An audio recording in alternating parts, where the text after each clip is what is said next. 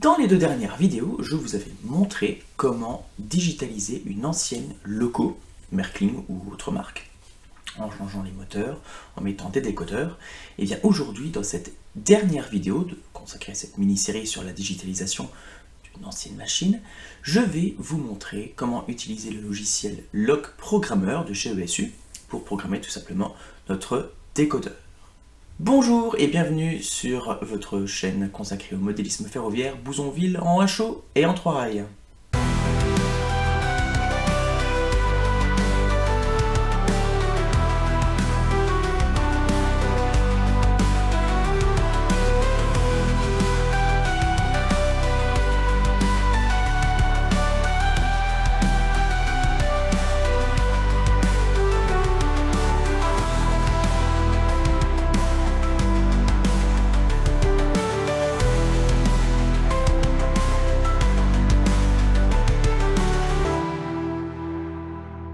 Bien, donc rentrons tout de suite dans le vif du sujet. Je suis en train de vous partager mon écran d'ordinateur et je viens d'ouvrir donc le logiciel Loc Programmeur en version 5.2.9. Vous avez déjà une petite fenêtre qui s'ouvre au départ. Je vais la fermer et je ne vais pas vous expliquer le logiciel aujourd'hui, je le ferai dans une autre vidéo. Aujourd'hui, je vais vraiment me concentrer sur ce qu'on a besoin pour programmer le décodeur de notre ancienne locomotive. Voilà, sinon la vidéo sera beaucoup trop longue. Je vous en ferai une autre si vous voulez, où je vous expliquerai le logiciel. Mais aujourd'hui, c'est pas le but. Aujourd'hui, le but c'est vraiment de vous faire un tuto rapide sur la programmation du décodeur que nous avons installé précédemment dans notre machine. Donc, j'ai fermé la petite fenêtre et je me dirige en haut à gauche. Vous voyez, vous avez une petite icône ici, Read Decoder Data. Alors, je suis désolé pour mon anglais, c'est pas terrible, mais ça veut dire lire les données du décodeur. Donc c'est ici l'icône avec la petite feuille blanche et une flèche verte qui se dirige vers la feuille. Donc je clique sur ce bouton et vous voyez que le décodeur est en train d'être lu par le logiciel. Donc là, nous avons la barre de progression. Et maintenant, le logiciel va nous donner pas mal d'onglets pour pouvoir paramétrer notre décodeur. Donc là, vous voyez, on peut faire plein de choses, mais voilà, je ne vais pas vous expliquer ça aujourd'hui, ça serait beaucoup trop long. Je vais commencer par le premier onglet, donc au niveau du décodeur, donc c'est la petite clé ici, et ici l'enveloppe, c'est l'adresse. Donc ici, locomotive adresse, c'est là que vous allez pouvoir entrer l'adresse désirée de votre locomotive. Moi pour l'instant je vais laisser 3 parce que je ne sais pas encore quelle adresse je vais lui donner. 3 étant l'adresse d'origine, d'usine. Tous les décodeurs d'usine ont l'adresse numéro 3. Pour l'instant je laisse 3. Si vous voulez changer votre adresse et mettre 78 par exemple, vous entrez 78. En l'occurrence moi je vais laisser l'adresse numéro 3. Vous pouvez aussi mettre une adresse courte et une adresse longue, selon le principe que vous utilisez. Et vous pouvez même mettre des adresses additionnelles. Alors je vous avoue, je ne sais pas trop à quoi ça sert, mais vous pouvez le faire. Moi je me contente ici de laisser 3 pour le moment. Ça c'est la seule chose que je vais faire dans cet onglet là. Ensuite, tout ça, je laisse. Je vous expliquerai plus tard. Je vais utiliser en deuxième lieu l'onglet Fonction Mapping. Onglet très important parce que c'est ici que vous allez pouvoir mapper toutes vos fonctions. Alors, mapper, ça veut dire quoi? Ça veut dire que, par exemple, si j'appuie sur F0, c'est les fanaux avant qui vont s'allumer. Si j'appuie sur F1, je vais allumer les fanaux arrière. Si j'appuie sur F2, je vais allumer les feux rouges. Si j'appuie sur F3, je vais faire démarrer, par exemple, le son de la locomotive. Si j'appuie sur F4, je vais, par exemple, mettre en route le compresseur, et ainsi de suite, et ainsi de suite. Là, dans ce tableau, vous pouvez tout faire. Alors, vous voyez que nous avons seulement 14 fonctions, c'est normal, c'est un décodeur vraiment basique, hein. Donc on ne peut câbler que 14 fonctions. Moi, dans la machine que j'ai digitalisée donc dans les précédentes vidéos, je n'avais que les fanaux avant. Donc moi, je vais me contenter du Frontline 1, là, ici. Donc le pumpkin il est déjà fait. Si je vais donc en marche avant, forward c'est avant, et que j'appuie sur F0, les fanaux vont s'allumer.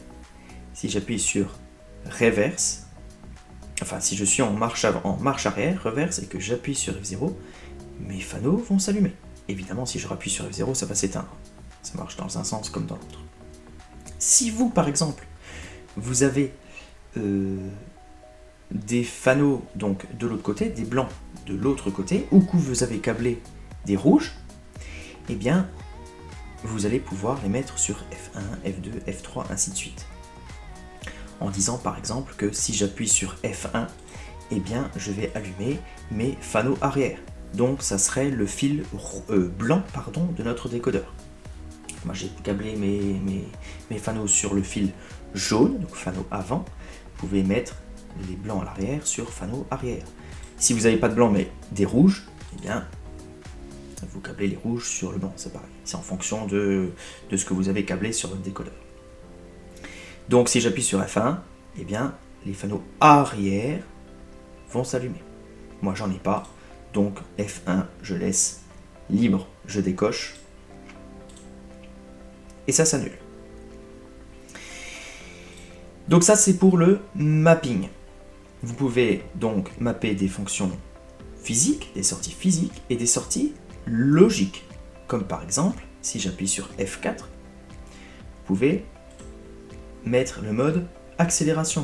Vous pouvez aussi, eh bien, par exemple, utiliser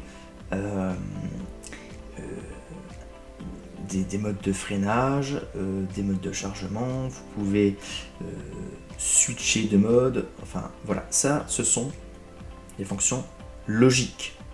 Par exemple, mode manœuvre et puis mode grande ligne. Alors, il y a pas mal d'engins qui sont mappés comme ça.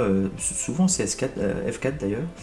Quand vous appuyez sur F4, eh bien, la vitesse se réduit légèrement. C'est lorsque vous utilisez le mode manœuvre. Donc, je laisse comme ça, F4, F3, en switch mode et accélération. F2, F1, il n'y a rien.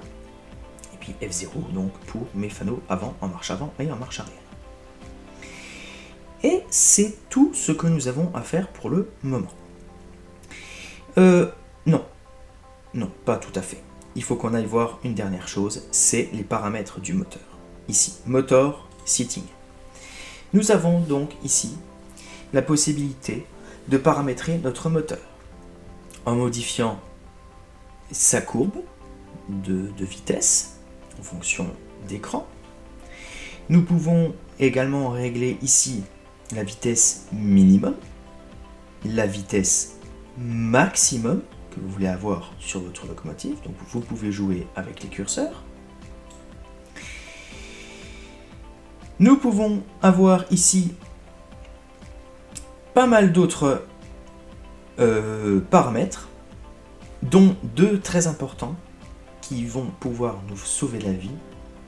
C'est le paramètre K, ici, régulation du paramètre K, et juste en dessous, n'importe quoi, la régulation du paramètre I. Alors, ces deux paramètres-là, ils servent à quoi? Eh bien, je ne sais pas si ça vous est déjà arrivé, mais il y a des fois des machines où lorsque vous commandez de la traction et lorsque vous voulez l'arrêter, eh bien la machine vous fait des sursauts. Elle sursaute. Par exemple, elle démarre trop vite. Vous mettez un cran de traction, hop, elle part brusquement. A contrario, lorsque vous voulez l'arrêter, vous mettez votre cran de traction à 0, la machine ralentit, et juste avant de s'arrêter, hop, elle donne un coup et elle avance de quelques centimètres. Si vous voulez par exemple faire un accostage en douceur sur une de vos rames, c'est pas pratique parce que vous allez approcher vraiment proche, et au moment d'accoster, hop, elle va pousser vos wagons, c'est franchement pas terrible, et puis visuellement, c'est très moche. Donc ce sont les paramètres là que nous allons modifier. On les retrouve également ici, Caslow, dans le cas où la vitesse est faible. Vous voyez, slow speed setting. Ça veut dire que ce sont les paramètres de la vitesse lente. Donc là, c'est la vitesse normale. Là, c'est la vitesse lente. Donc, justement, pour l'histoire du soubresaut, là, c'est surtout ici qu'il va falloir jouer, hein, dans les vitesses lentes. Donc, en fonction après du paramétrage que vous allez mettre, eh bien, le moteur va s'ajuster et vous allez pouvoir supprimer tous ces rebonds là qui ne servent strictement à rien. Alors, quelle valeur mettre exactement? Ça, je ne sais pas. C'est à vous de le déterminer. Vous mettez une valeur, vous l'écrivez dans le décodeur, vous testez. Si c'est toujours pas bon, vous augmentez. Si c'est pire, vous diminuez. Et c'est comme ça, après, c'est en jouant et en écrivant à chaque fois une autre valeur dans le décodeur et en faisant des essais qu'on trouvera le bon paramètre. Sans faire d'essai, vous n'arriverez à rien. Ici, on peut paramétrer l'EMF. Alors je vous avoue qu'ici, je n'ai jamais touché. On peut paramétrer des freins de parking ici, la fréquence du moteur, la protection du moteur ici, ça j'ai jamais touché. Et là, moi, ce qui m'intéresse ici, c'est le petit lien ici. En anglais, Use Load Control Value from Preset Motor Type. Et lorsqu'on clique là-dessus, au Magie, nous avons toute une liste de moteurs qui sont déjà préenregistrés dans le logiciel et qui vont permettre d'ajuster tous les paramètres que je viens de vous donner de manière automatique.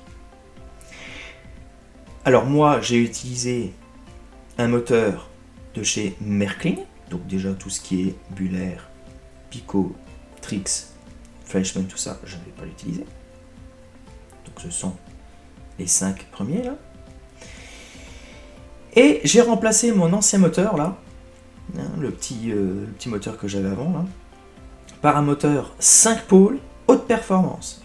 C'est celui-ci, Märklin 5 étoiles, 5 pôles, haute performance moteur, high performance moteur.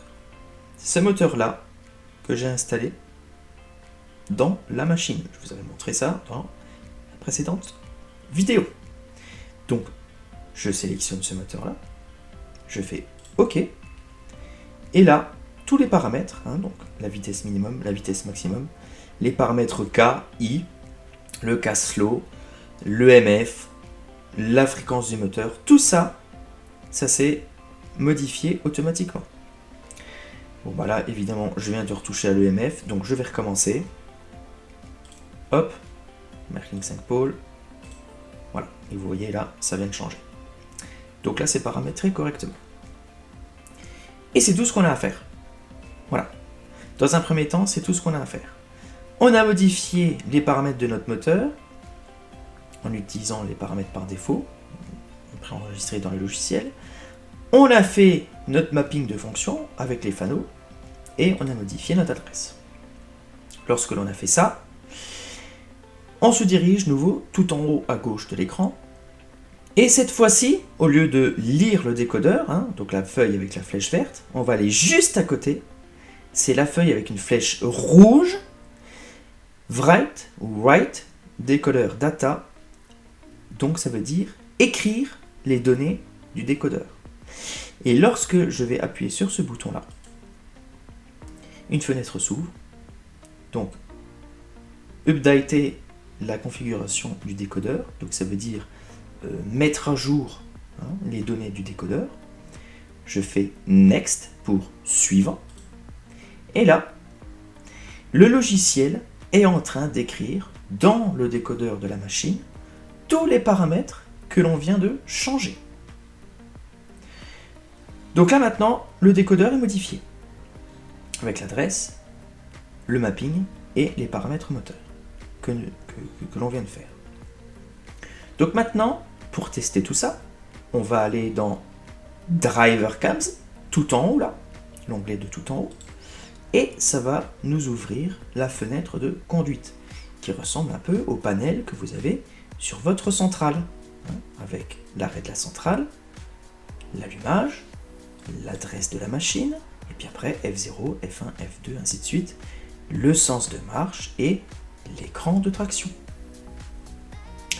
Donc là, je vais mettre en route ma centrale étant ici le leurre programmeur.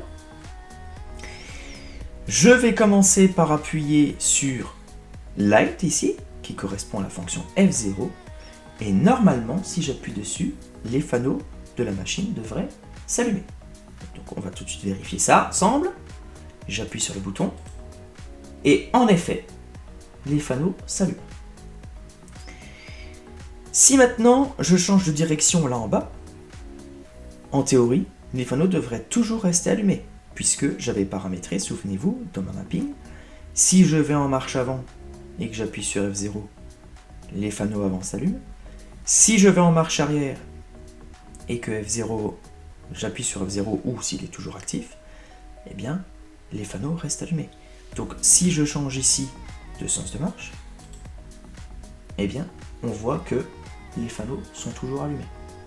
Si maintenant je veux éteindre mes fanaux en marche arrière, je rappuie sur F0 et effectivement, mes fanaux vont s'éteindre. Donc là, je peux déjà en conclure que mon mapping est bon et que j'avais bien câblé donc mes fanaux sur le fil jaune du décodeur, à savoir les fanaux avant. Donc pour le mapping, on est bon. Maintenant, reste une dernière chose à voir, c'est au niveau du moteur. Est-ce que la locomotive va fonctionner de manière optimale et fluide, ou est-ce qu'on va avoir ces fameux soubresauts? Je ne sais pas. Donc on va commencer. Donc marche avant, je démarre tranquillement. Et la loco répond bien, elle est fluide, je ralentis. Il y a un bon ralenti. Alors, je suis ici en protocole DCC 28. 28 étant le nombre de pas de vitesse. Donc, si vous avez 28 pas, forcément la vitesse va être divisée en 28 portions. Moi j'aime bien utiliser le DCC 128 que je vais sélectionner ici. Ça veut dire que votre vitesse est divisée en 128, ce qui va permettre d'avoir de très beaux ralentis. Les premiers pas seront des vitesses vraiment très très faibles. Donc on va essayer ça. Je vais monter en pas 3 et effectivement la loco avance de manière vraiment lente et assez fluide. Je vais accélérer un petit peu. Ah, on est sur l'aiguille évidemment.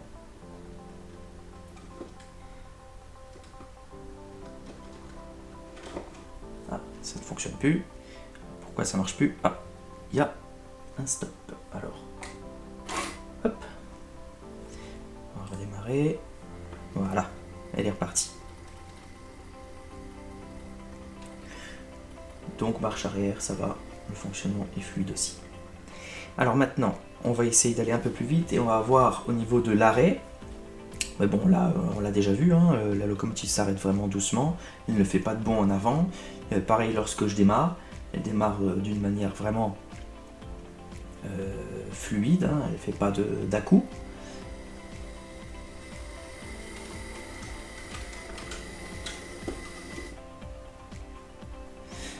Là, sur l'aiguille, il y a vraisemblablement un souci.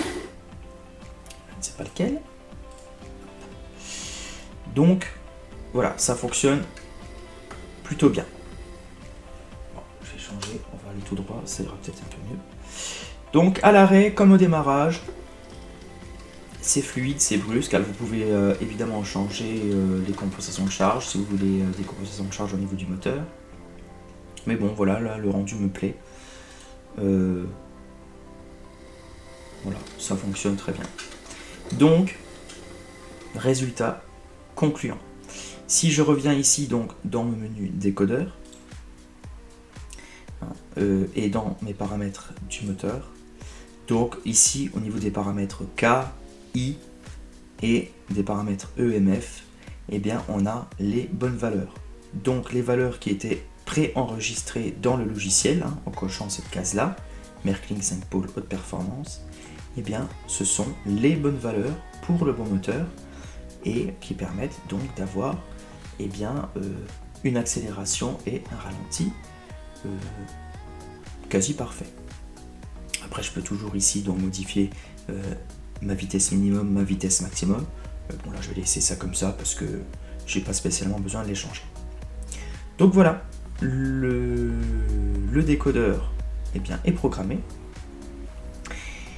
Et puis c'est terminé. On a bien nos fanaux, le moteur ça fonctionne. L'adresse pour l'instant j'ai laissé 3, mais je pourrais la changer plus tard. Bon bah voilà, tout est bon, c'est terminé. Bon bah ça y est, pari réussi. J'ai enfin pu digitaliser ma toute première locomotive avec laquelle j'ai pu démarrer le modélisme. Je suis vraiment très content que ça fonctionne. C'était pas gagné, mais avec un peu de temps et de la persévérance, on arrive toujours à nos fins. J'espère que cette petite série de vidéos vous aura aidé pour bien digitaliser aussi vos engins. Peut-être que ça aura aussi permis de lever un peu les appréhensions que vous avez, parce que je sais que pas mal de modélismes ont un peu peur d'ouvrir les machines et de bricoler à l'intérieur. Mais je vous assure, enfin voilà, il n'y a rien de compliqué. Si vous suivez les notices, il ne devrait pas y avoir de soucis là-dessus. Petit message aussi pour vous annoncer que je ne publierai pas de vidéo dans les prochaines semaines pour la simple et bonne raison que nous allons rentrer en période estivale, puisque nous sommes fin juin. Et puis donc naturellement quand on a une maison avec un terrain et un petit jardin, il faut s'en occuper. Et puis voilà, ça va me permettre aussi de trouver des nouvelles idées pour la rentrée, pour vous faire de toutes nouvelles vidéos. Vous inquiétez pas, c'est pas fini. On se retrouvera très prochainement, donc au mois de septembre, dès la rentrée, pour de nouvelles aventures sur le réseau de Bouzonville en Chaux. Ah bon, oui, il n'y a toujours rien, mais vous inquiétez pas, ça va arriver très prochainement. En attendant, je vous invite à liker la vidéo, mettre un petit pouce bleu, évidemment, ça va m'aider, et puis ça va aussi surtout aider la chaîne. Abonnez-vous si ce n'est pas déjà fait, et puis je vous dis donc à la rentrée, donc au mois de septembre, pour une prochaine vidéo. En attendant, passez de très bonnes vacances, profitez bien, profitez de tous ces moments en famille, et je vous dis à très vite. Salut à tous!